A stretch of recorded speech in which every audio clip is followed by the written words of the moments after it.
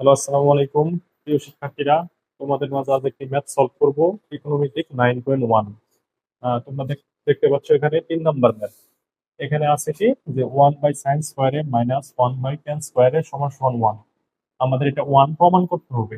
তাহলে আমরা এখানে লিখতে পারি লেফট হ্যান্ড সাইড LHS সমান সমান 1/sin² মাইনাস 1/tan² সমান সমান 1/sin² আমরা রাইখে দিলাম, মাইনাস 1/tan সমান সমান আমরা জানি sin/cos। তাহলে sin² বাই cos²। তাহলে 1/sin²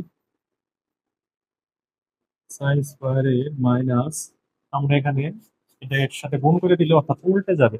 তাহলে cosটা উল্টে যাবে, cos² বাই sin²।